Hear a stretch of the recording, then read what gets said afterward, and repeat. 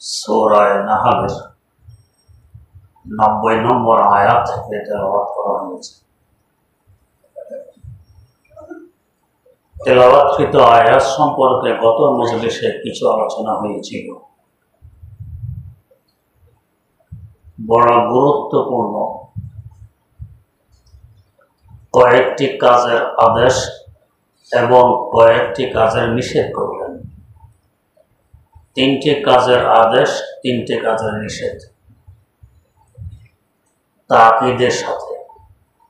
ইন্নাল্লাহা, নিঃসন্দেহে আল্লাহ রাব্বুল আলামিন ইয়া'মুরু বিল আদলি ওয়াল ইহসান, আদেশ করতেছেন ইনসাফের, ওয়াল ইহসান, করুণার অবদানের, ওয়া ইতা'i যিল কুরবা, আত্মীয় স্বজনকে দান খয়রাতের, ওয়া ইয়ানহা আনিল ফাহশাই ওয়াল মুনকারি ওয়াল বাগি, নিষেধ করতেছেন তাকিসের সাথে অশ্লীল কথাবার্তা, অশ্লীল কাজকর্ম থেকে, ওয়াল মুনকার, অবৈধ কথাবার্তা, অবৈধ কাজকর্ম থেকে, ওয়াল বাগি, সীমা লঙ্ঘন থেকে। ইয়াইযুকুম লাআল্লাকুম তাযাক্কারুন, আল্লাহ পাক তোমাদেরকে ওয়াজ করতেছেন যাতে তোমরা ওয়াজটা গ্রহণ করে উপকৃত হতে পারো। গত মজলিসে আদল তথা ইনসাফ কাকে বলে এই সম্পর্কে কিছু আলোচনা হয়েছে। আল্লাহ রাব্বুল আলামিন যত মাখলুক সৃষ্টি করেছেন, মৌলিকভাবে মাখলুকগুলোকে 4 ভাগে ভাগ করা যায়। 1 নম্বর জামাদাত, জড় পদার্থ। আমাদের দৃষ্টিতে এরা বোঝে না, শোনে না, বলে না, চুপচাপ পড়ে থাকে, মনে করে এদের জীবন নেই, হায়াত নেই। 2 নম্বর হায়ওয়ানাত, পশু পাখি, গরু ছাগল ইত্যাদি। জীবন আছে, হায়াত আছে, কিন্তু বুঝবুদ্ধি কম নাই এর মতো।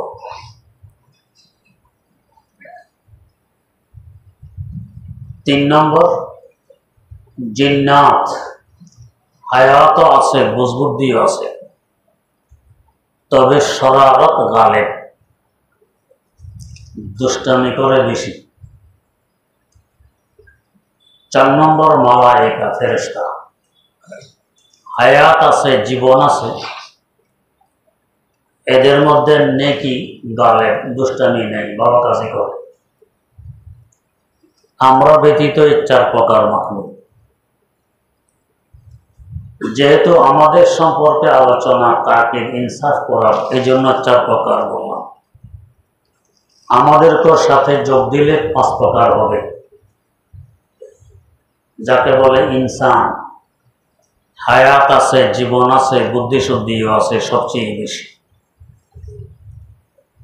আর যদি বাঙালি হয় তাহলে তার কথাই নেই, কি পরিমাণ বুদ্ধি। রেল লাইনের শিকের নিচে তক্তা দেয়া হয়, একটু পরপর তক্তা। এখন তো পাকা তক্তা দেয়া হয়, আগে ছিল কাঠের। এই তক্তাকে লাইনের শিকের সাথে আটকানোর জন্য লোহার গজাল মাথায় এভাবে ব্যাকা করে দিয়ে আটকে রাখে। এক পাঠান দেখতেছে তক্তা একটা ছুটে গেছে, দিলে সে এটা নিয়ে যাবে, টানাটানি করতেছে, তক্তা বের হচ্ছে না। গজালের মাথা যে একটু উপরের দিকে, ওটা লোহার শিকের সাথে আটক হয়ে গেছে, তো যতই টানো আসবে কিভাবে, আসে। এক বাঙালি যাওয়ার পথে দেখতেছে পাঠান এটা নিয়ে টানাটানি করে বের করার জন্য পারতেছে না। দেখেই তো বাঙালি বুঝে ফেলছে কেন এটা বের হয়। মুঝে দে দো, मैं निकाल के देता हूं, আমার হাতে দাও, আমি বের করে দিচ্ছি। কোথায় পাঠান, কোথায় বাঙালি, কোনো মিল আছে? কয়েক বাঙালিকে পাঠান এক মুঠের ভিতরে নিয়ে আসতে পারবে। घटो यार मर यार आदमी, मैं कितनी देर से खींच रहा हूं नहीं निकाल पाता, तुम क्या खाप निकालोगे?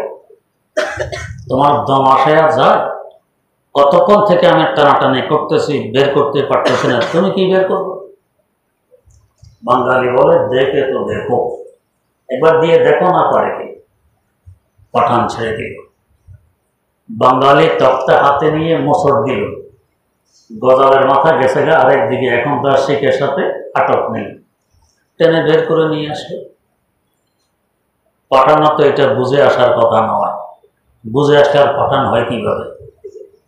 या अल्लाह तेरे बदन में इतनी ताकत है, इतनी देर से मैं खींच रहा हूं नहीं निकाल पाता, इतनी आसानी से तू निकाल।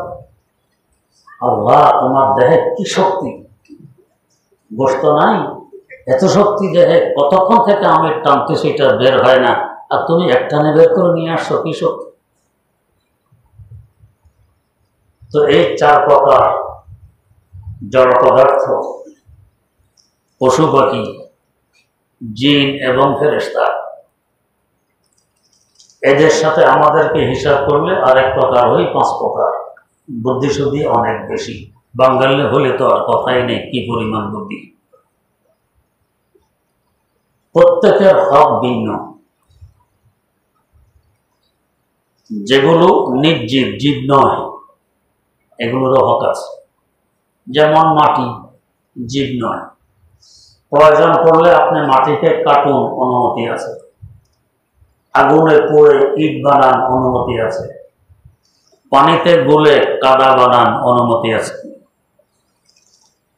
কিন্তু বিনা প্রয়োজনে কাটবেন, এটার অনুমতি নেই। আগুনেরও মাটিরও জান আছে, সেও ব্যথা পায়। প্রয়োজন বোধে তাকে ব্যথা দেওয়ার অনুমতি মালিক দিয়েছেন। আমাদের দেহে টিউমার, ডাক্তার বলল কেটে ফেলে দিতে হবে, এটা কাটলে ব্যথা পাবো না? পাবো। কয়েকদিন যাবৎ এই ব্যান্ডেজ নিয়ে আমাকে সহ্য করা লাগবে ব্যথা। তারপরও আমি ডাক্তারকে বললাম এটা কেটে ফেলে দেন। এখন ডাক্তার কেটে ফেলে দিল, আমাকে ব্যথা দিল, এতে কি ডাক্তারের অন্যায় হবে? কেন? আমার দেহ আমি অনুমতি দিয়েছি, ডাক্তারের অন্যায় হবে না, উপকার আছে। মাটিকে কাটলে সে ব্যথা হয়, কিন্তু মালিক অনুমতি দিয়েছে তোমার প্রয়োজনে কাটতে পারো, তোমার প্রয়োজনে পুড়তে পারো, তোমার প্রয়োজনে কাদা বানাইতে পারো, যা ইচ্ছা তা করতে পারো প্রয়োজনে। বিনা প্রয়োজনে সামান্য মাটিকে কাটবে, এটা বৈধ নয়, গুনাহ। মাটির হক, তাদের একটা হক আছে। গাছগাছালি প্রয়োজনে গোড়া দিয়ে কাটো, মূল সহ তুলে ফেলো, ডাল কাটো, পাতা ঝাড়ো, সব বৈধ, গুনাহ হবে না। বিনা প্রয়োজনে একটা পাতা ছেড়াও গুনাহ। তারও জীবন আছে, সেও ব্যথা পায়। পাতা ছিঁড়লে, ডাল ভাঙলে কষ বের হয়, সে কাঁদে, তার চোখের পানি পড়ে। প্রয়োজন হলে মালিক অনুমতি দিয়েছেন, পাবে ব্যথা ঠিক, তারপরও তাকে সৃষ্টি করেছে তোমার সেবার জন্য, তাই কাটো, নিষেধ নেই, গুনাহ হবে না। যদি মসজিদের দান করার জন্য কাটো তো গুনাহ কি, সওয়াব হবে। কিন্তু বিনা প্রয়োজনে একটা পাতা ছিঁড়বে, এটা বৈধ নয়। আমরা আসা যাওয়ার পথে, হাঁটার পথে গাছের ডাল রাস্তার কিনারায় বস ভেঙে ফেললাম, একটা ডাল ছেড়ে ফেললাম, পাতা হাতে আছে লাঠি, একবারই মারলাম, কতগুলো পাতা পড়ে গেল, বৈধ নয়, গুনাহ। এমনকি যেগুলো ছিঁড়া পাতা, এগুলিকেও ভাঙাচুরা করা, কাটাছেঁড়া করা বিনা প্রয়োজনে বৈধ নয়। আমার একজন ওস্তাদ, ওনার পীর আমার নানা শ্বশুর আল্লামা দিলাওয়ার হোসাইন রহমতুল্লাহ আলাইহি, ওনার নামে আমার নাম। ওস্তাদ বলতেছেন, একদিন আমি বসে বসে পানের বোটা ভাঙতেছি, পানের বোটা। আমরা অবসর বসে থাকি, ঘাসে বসতে ঘাস ছিঁড়ি, পাতা ছিঁড়ি, তো পানের বোটা ভাঙতেছি। উনি সামনে দিয়ে যাচ্ছেন, ওনার পীর দেখতেছেন পানের বোটা ভাঙে, প্রয়োজন তো নেই, বিনা প্রয়োজন। চুল নেওয়ার জন্য যদি ভাঙেন, প্রয়োজনে ভাঙছেন, এটা বৈধ। বিনা প্রয়োজনে ভাঙতেছে। দেখে পীর বলল, মিয়া এটারও তো হিসাব দিতে হবে। বাস এতটুকু বললেন। আমার ওস্তাদ বলে অন্তত 1 ঘন্টা আমি কান্না থামাইতে পারি। আল্লাহ ওলিদের এক এক কথার কি প্রভাব, কি আসর। হায় হায়, জীবনে এরকম কত বেহুদা কাজ করেছে, হিসাব তো দিতে হবে আল্লাহর কাছে। কেন আল্লাহ তো বস ওর পর থেকে যখনই কোনো বেহুদা কাজ হাতে আসে, পীরের ধমকের কথা মনে পড়ে, ও মিয়া এটারও তো হিসাব দিতে হবে, ছেড়ে দেই, বন্ধ করে দিই, আর এই কাজটা হয় না। বুজুর্গানের দিনের সাথে সম্পর্ক রাখলে এই ফায়দা হয়। এক একটা কথায় জীবনের পরিবর্তন ঘটে। অনেক কাজ আমাদের করতে হয় কিন্তু সওয়াব নেই। বুজুর্গের সহবত যদি আমার অর্জিত থাকে, এক এক কথায় এক সহবতের বরকতে এটা সওয়াবের কাজে পরিণত হয়। আমরা নাক ঝাড়ি, নাকের ময়লা ফেলে দিই। আমার ওস্তাদ, আমার প্রথম পীর হযরত হাফেজি হুজুর রহমতুল্লাহ আলাইহি একদিন বললেন, আমি যে নাকের ময়লা ফেলে নিয়ত করে আল্লাহ কত পোকামাকড়, পিপিলিকা ইত্যাদি এরা এগুলো খায়, ওদের খাবার, আল্লাহ ওদের খোরাকের ব্যবস্থা করে দিলেন। নিয়ত করতেছেন ওদের খোরাকে। এখন নাক ঝাড়া, নাকের ময়লা ফেলা এটা হয়ে গেছে ইবাদত। আরেক মখলুকের সেবা, এটা বড় ইবাদত। বুজুর্গি বজুজ মতে খালক নিস, বুজুর্গি বজুজ মতে খালক নিস, না তসবিহ সাজ্জাদা ও দলক নিস। আল্লাহ মাখলুকের সেবা ব্যতীত বুজুর্গ হওয়া যায় না। আসল বুজুর্গ হইল 1000 দানা তসবিহ চেরা পড়া ন্যাকড়া নুকড়া পরে কোন রকম গদ্দিতে বসে গেছে, এটা বুজুর্গি নয়। আল্লাহর মাখলুকের সেবা বড় বুজুর্গ। আমাদের জীবনে একথা মনে আসতো যে নাক ঝাড়ার সময় সওয়াব কামাই করা যায়। একজন আল্লাহর ওলির কথায় এটা এখন সওয়াবে পরিণত হয়ে গেছে। তেমনি ভাবে পানি, প্রয়োজনে পানিকে গরম করে আগুনের মতো করতে পারে, নিষেধ নেই। প্রয়োজনে পানিকে ঠান্ডা করে বরফ বানাতে পারে, নিষেধ নেই। প্রয়োজনে পানি দিয়ে পায়খানা পরিষ্কার করতে পারে, নিষেধ নেই। বিনা প্রয়োজনে 1 ফোঁটা নষ্ট করবেন, এটাকে বলে তাবযীর, অপব্যয়। আপনার গুনাহ হবে, হিসাব দিতে হবে। কোরআনে কারীমে আছে, ইন্নাল মুবাযযিরিনা কানু ইখওয়ানাশ শায়াতিন। ফজল খরচি, অপব্যয় যে করে তো সে শয়তানের ভাই। শয়তানের ভাই হওয়া কে চায়? আমি শয়তানের ভাই নাতি হইতে চাই না। সবচেয়ে ঘৃণিত মাখলুক মরদুদ কে হতে চায়? কিন্তু ফজল খরচি শয়তানের ভাই। আল্লাহ পাক বলতেছে কত বড় ধমকি। এটা বৈধ নয়, এটা পানির হক নষ্ট হবে, প্রত্যেক মাখলুকের হক।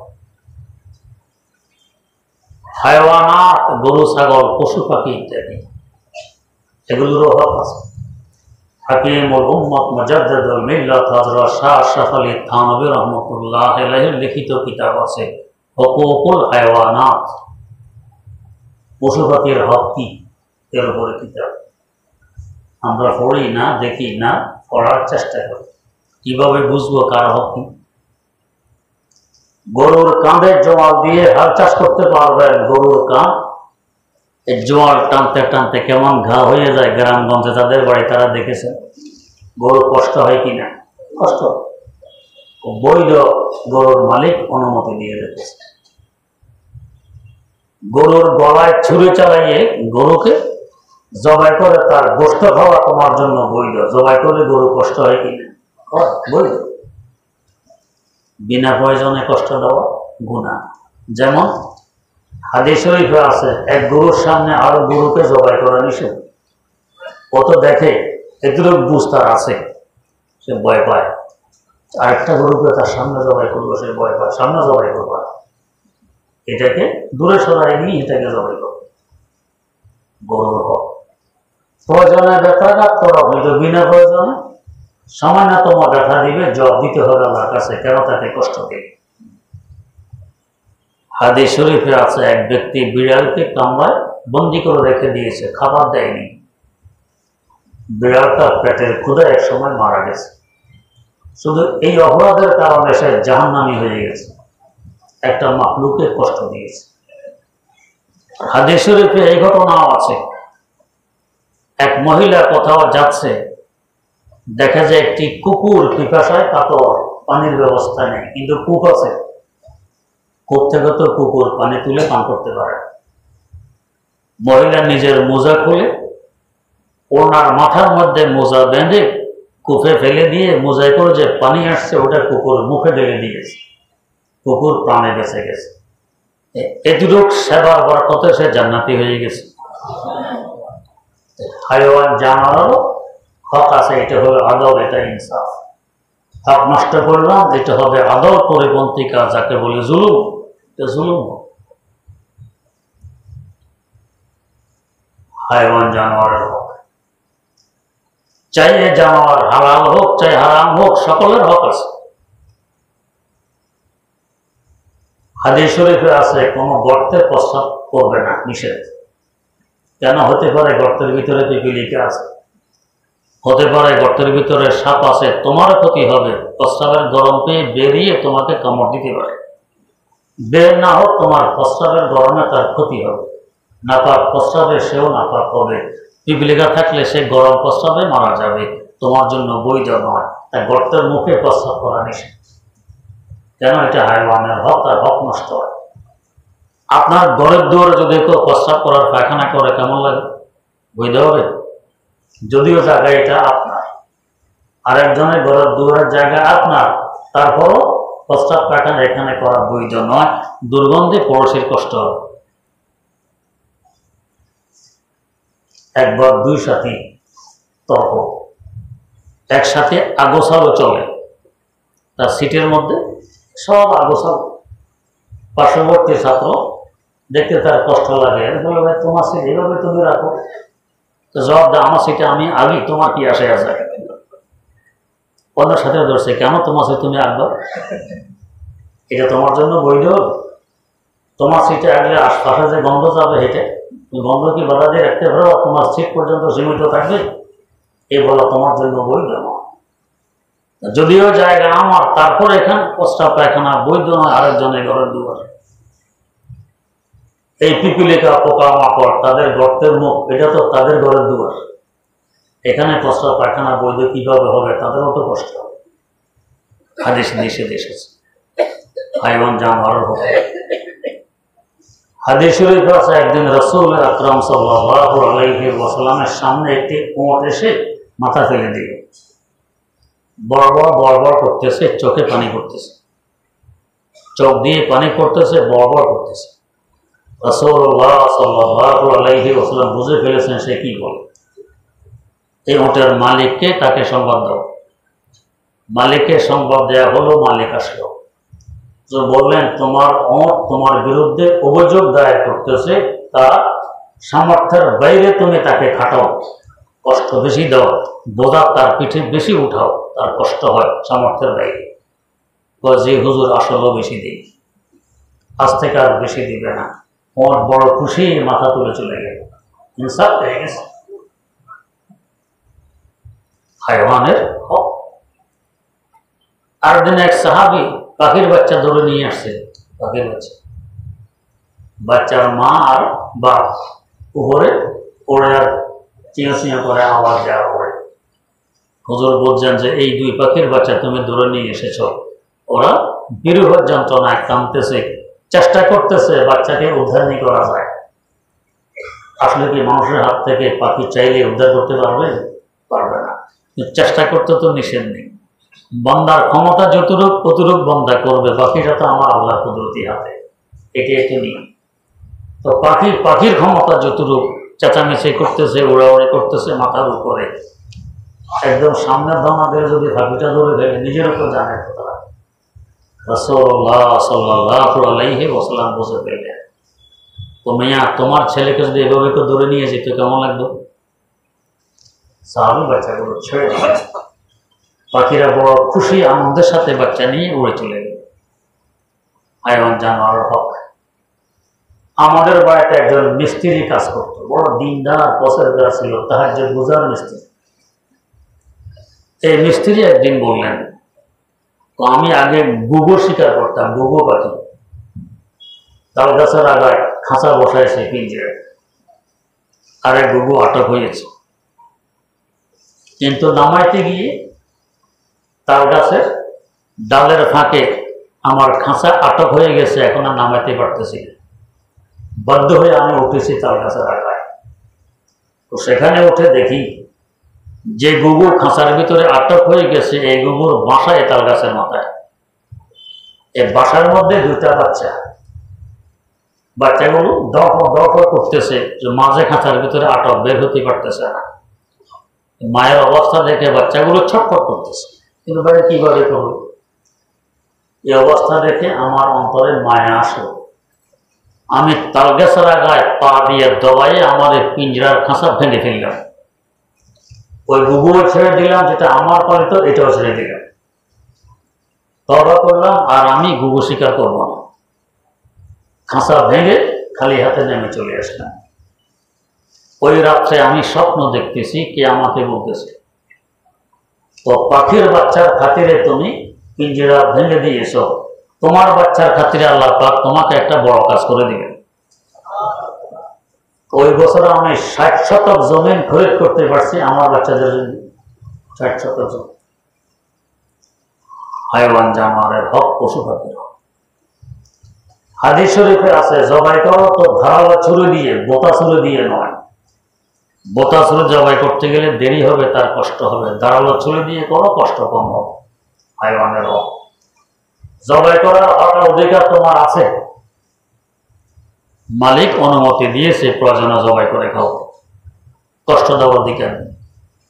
হাদিস শরীফে আছে, জবাই করবে গলা দিয়ে, গায়ের উপর দিয়ে নয়। কেন? গলা দিয়ে জবাই করলে কষ্ট কম হয়, ঘাড়ের উপর দিয়ে জবাই করলে কষ্ট বেশি হয়। তো কম কষ্ট দিয়ে তুমি তাকে জবাই করতে পারো, বেশি কষ্ট কেন দিবে? এটা অধিকার তোমার নেই। মাকরুহের তাহারিমের গুনাহ হবে। হাইওয়ানের হক, ইসলাম এভাবে হাইওয়ান জানোয়ারের হক রেখে দিয়েছে। 3 নম্বরে জিন্নাত, জিনভূত ইত্যাদি। এমন কোনো জায়গা নেই যে এরা বসবাস করে না, থাকে না। প্রত্যেকের বাড়িতে আছে, ঘরে আছে, থাকে। তো থাকুক, তোমার ক্ষতি না করলে অসুবিধা কি? থাকুক, তোমার তো ক্ষতি নেই। আর যদি ক্ষতি করে, এখন তার অধিকার আছে, ক্ষতি না করলে অধিকার নেই, সে থাকবে, থাকুক। অনেক সময় উপকারও করে।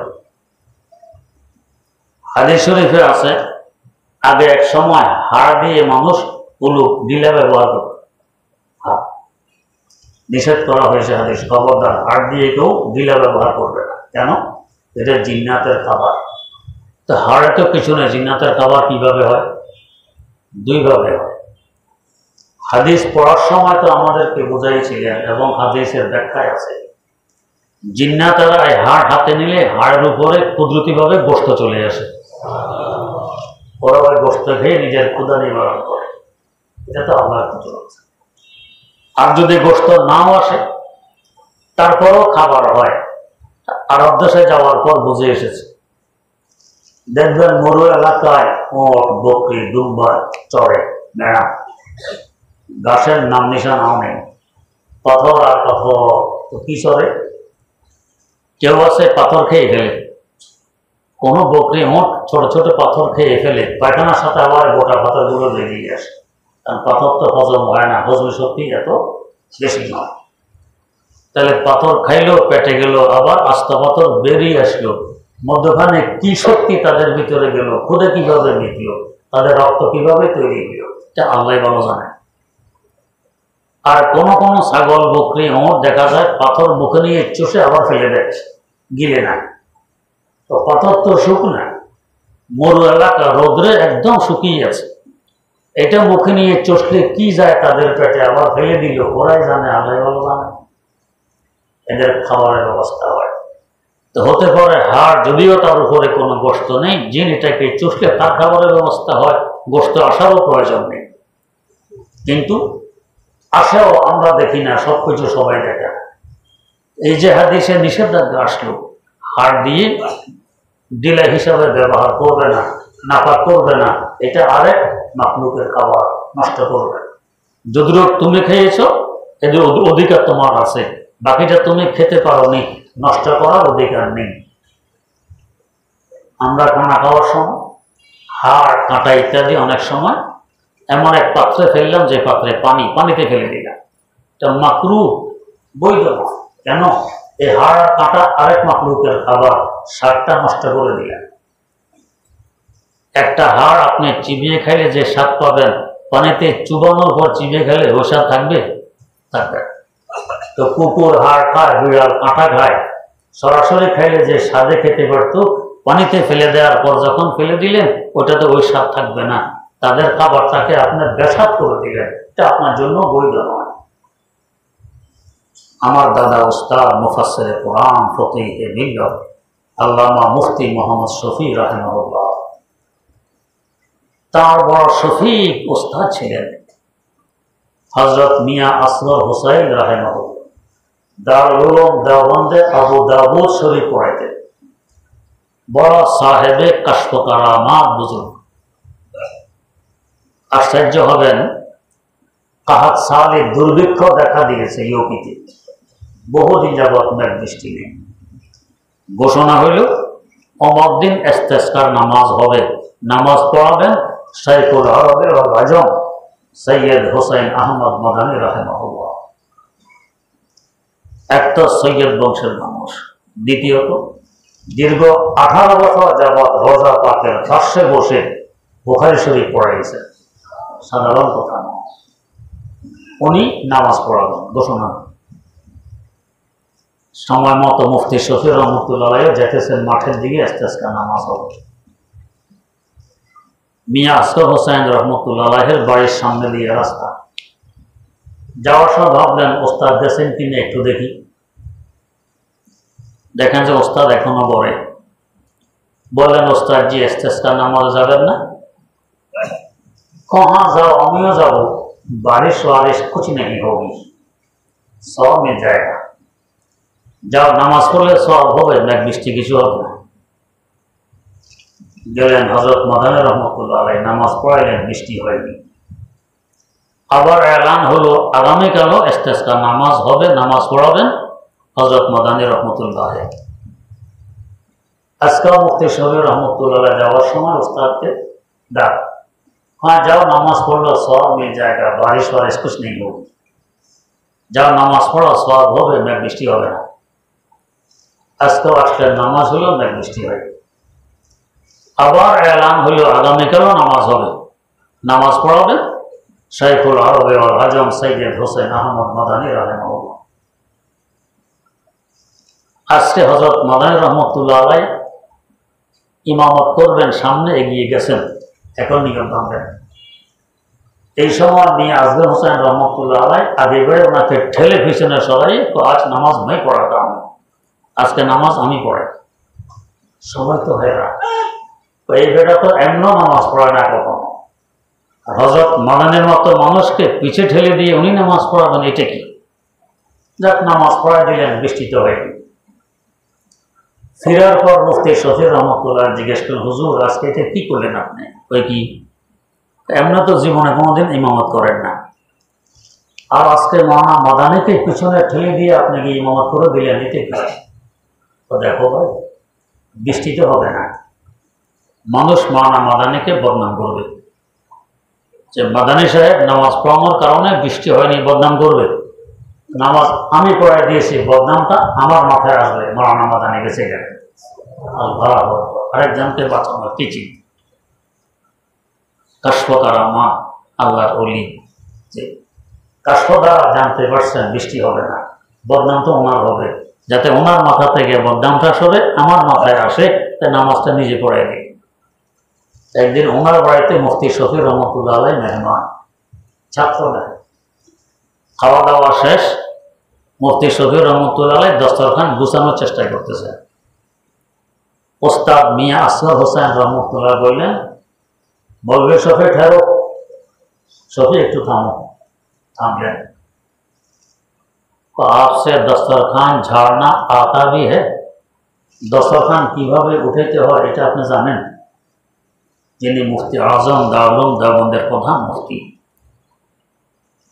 200-র উপরে যা রচিত কিতাব, 8 খণ্ডের তাফসীরে মারিফুল কোরআন, এত বড় মুফতি, যার শানে যার পীর ও মুর্শিদ হাকিমুল উম্মত মুজাদ্দিদুল মিল্লাত हजरत शाह अशरफ अली थानवी रहमतुल्लाह अलैह बोलेছেন, उनके सर के बाल से लेकर पैर के नाखून तक पूरा के पूरा इल्म है। और जब माथार चूल থেকে নিয়ে পায়ের নখ পর্যন্ত পুরোটা इल्म। और ওনাকে ওস্তাদ বলতেছেন, आपसे दस्तरखान झाड़ना आता भी है? दस्तरखान কিভাবে উঠাইতে হয় আপনি কি জানেন? খুব এটা জানার কি আছে? তখন তুললাম, বাইরে ঝেড়ে চলে আসলাম। तो नहीं भाई, देखे किस तरह दस्तरखान झाड़ना होता है। আপনি দেখুন কিভাবে দস্তরখান ঝাড়তে হয়। উনি হাড়গুলো নিয়ে এক জায়গায় রাখলেন, কুকুর কয়েকটা দৌড়িয়ে আসছে। কুকুররা জানে এখানে হুজুরে হাড় রাখেন, ওরা অপেক্ষায় থাকে। কি আনন্দ, কি ফুর্তি, কুকুরের হাড় খাইতেছে আর নেজ নাড়তেছে। কাঁটাগুলো নিয়ে আরেক জায়গায় রাখলেন, বিড়াল কয়েকটা আছে অপেক্ষায়, এরা জানে এই সময় হুজুর এখানে কাঁটা রেখে যান। কি আনন্দ, কি ফুর্তি, বিড়ালের খাবার এসে গেছে। রুটির কাঁচা পোড়া টুকরোগুলো ঘরের চালে নিক্ষেপ করলেন, কাক কয়েকটা সেখানে কি খুশি কা কা করে আর খায়। এরপরে যে রুটির গুঁড়ি পড়ে আছে দস্তরখানে, এখানে পিপিলিকা মাটি তুলে রেখেছে, সেখানে ঝাড়লেন, পিপিলিকা মুখে করে করে নিয়ে যাচ্ছে গর্তের ভিতর। প্রত্যেকের খাবার জায়গায় জায়গায় পৌঁছিয়ে দিলেন। এরপর বললেন, इस तरह दस्तरखान झाड़ना होता है। दस्तरखान এভাবেই তুলতে হয়। এটাকে বলে হুকুকুল হায়ওয়ানাত, হায়ওয়ানাতের হক। আমি মানুষ যা ইচ্ছা তাতে করতে পারি, পারলে কি করবো? আর গুনাহ হবে, হক নষ্ট হবে, এটা আদল হবে না, এটা ইনসাফ হবে না, এটা হবে জুলুম। ইন্নাল্লাহা ইয়া'মুরু বিল আদলি ওয়াল ইহসান।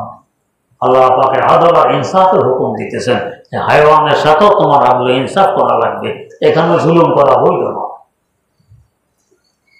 তো জিন্নাত, এদেরও হক আছে, তাদেরকে খামাখা বিরক্ত করা। গোশতের হাড় দিয়ে দিলাকুলুব হিসাবে ব্যবহার করে ফেলে দিলে তাদের খাবারের নষ্ট হয়, এই হক তোমার নেই। এরপরে আছে ফেরেশতা, ফেরেশতাদের হক নষ্ট করা। যদিও দেখি না, যাদেরও দিব্য চক্ষু আছে তারা দেখেন, আমরা দেখি না।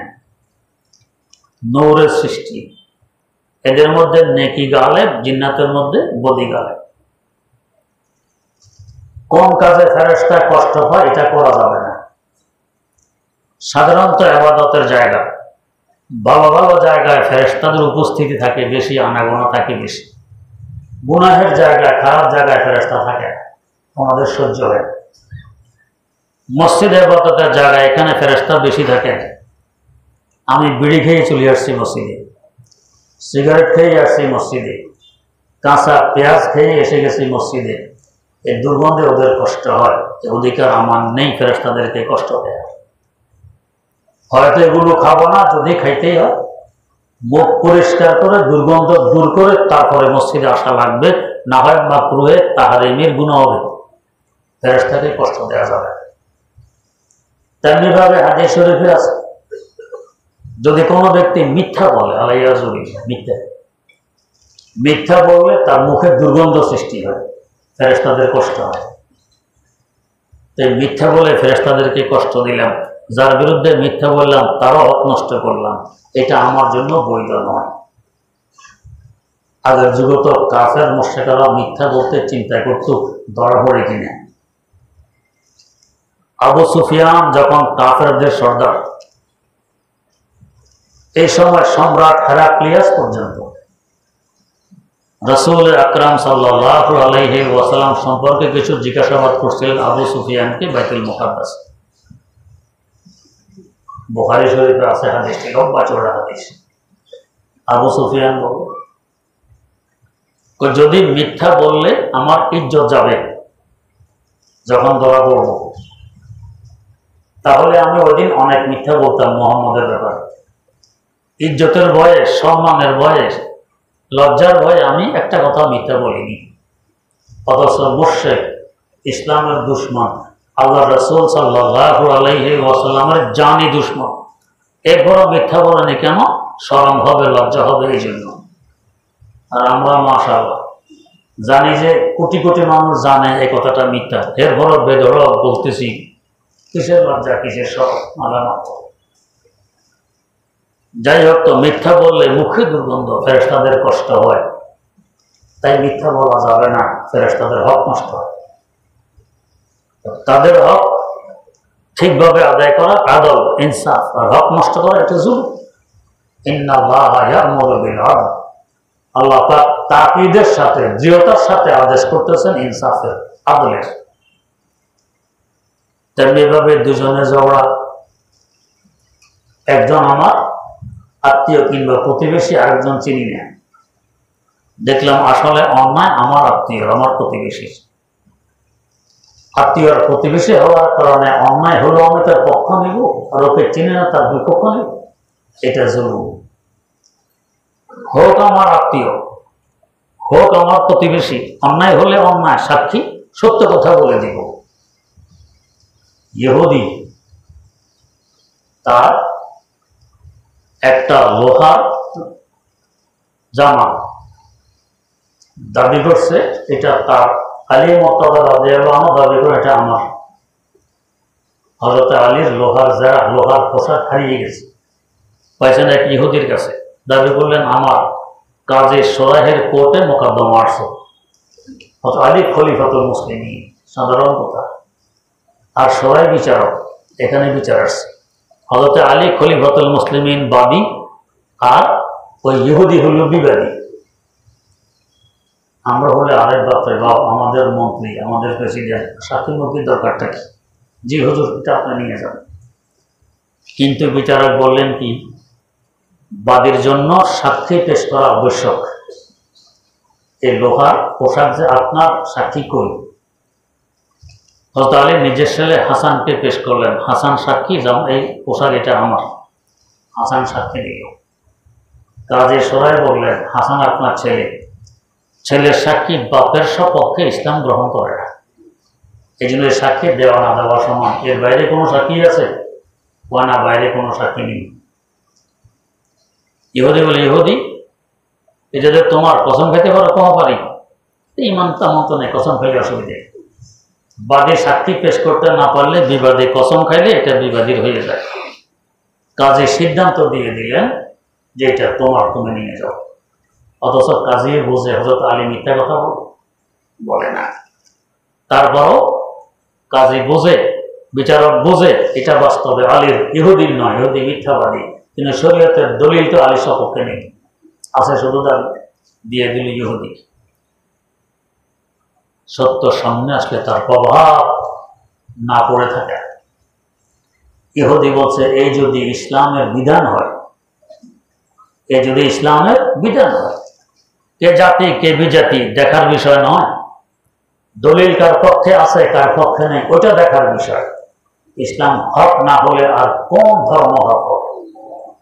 ইহুদি সেখানে ইসলাম গ্রহণ করে মুসলমান হয়, এরপরে বলে হুজুর আসলে এটা আপনার, আপনারটা নিয়ে যান। আলী মুর্তজা রাদিয়াল্লাহু আনহু বলেন তোমাকে দিয়ে দিলাম, নিয়ে যাও। তো চিন্তা করুন, এটা হলো আদল, এটা হলো ইনসাফ।